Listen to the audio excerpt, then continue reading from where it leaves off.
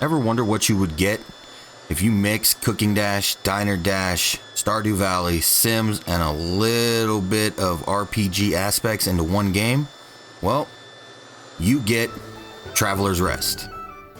So I've been playing this game for a little while, and I just wanted to give a quick review on it. For anybody out there that's kind of questioning whether or not, do I want it, do I not want it, is it worth my time, is it worth the price? So let's jump right in. I'll give you my quick 2 cents on this. Won't be long, just a real quick review, and you can make the choice from there.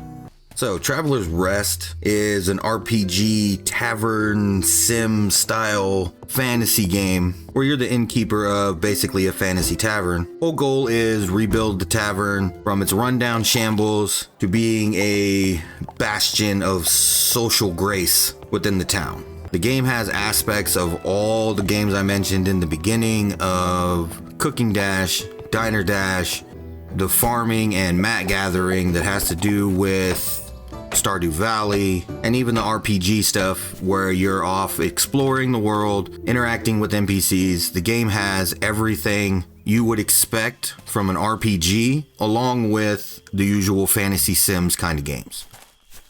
Alright, so with the basic overview out of the way, just gonna jump into the few things that I like best about this game. The game has a lot of things that should draw almost every player in, no matter what aspect you like when it comes to RPGs or sim games like this.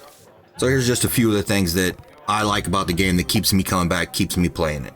The user interface, very simple, very easy to use, very easy to understand. It gives you all the helpful hints you need to know. There should be no confusing what's going on with your user interface. From the clock graphic up top in the left, to coming into your menus, going through the different menus, going through the different skill trees, everything there. I believe it's perfectly done for this style of game. Shouldn't have any problems with that. Second thing I really like about the game is the graphics.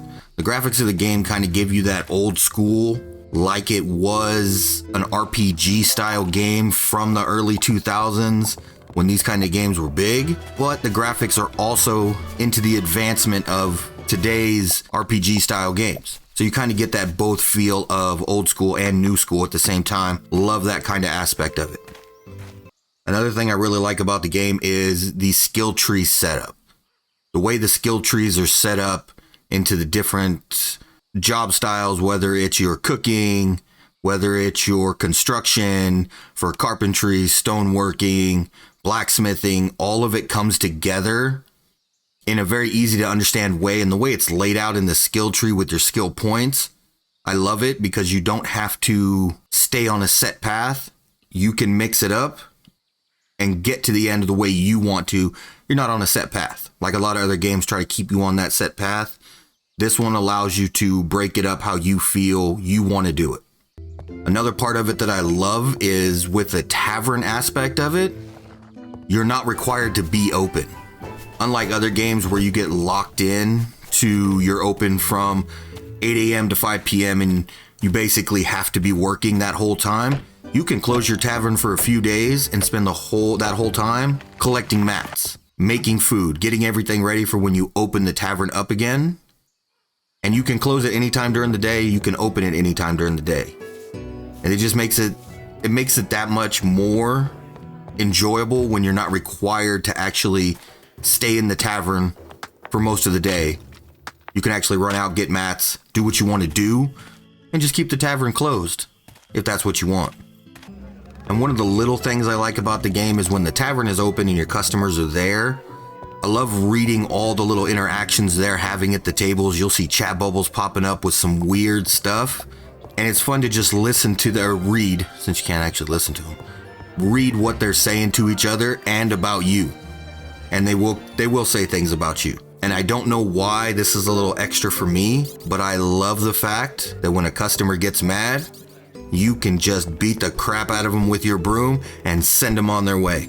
Love that. Don't know why, just love it. And another thing I love about it is with the graphics, the day to night aspect.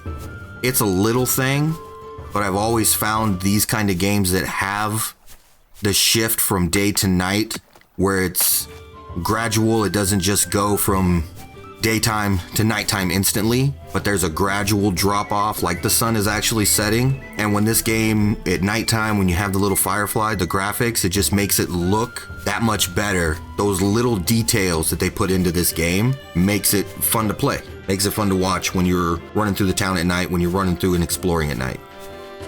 So those are the things that I actually love about this game, like about this game, that makes me want to keep playing it. Now I'm gonna jump into the few little things that kind of irk me about the game a little bit. And I'm hoping, because we're still in the early development phases, that they'll fix them, change them, either get rid of them or add them to the game that need to be put in. In the beginning, the user tips are not that great. The tips will give you direction, but sometimes it's not 100% clear and you kind of have to read between the lines a little bit.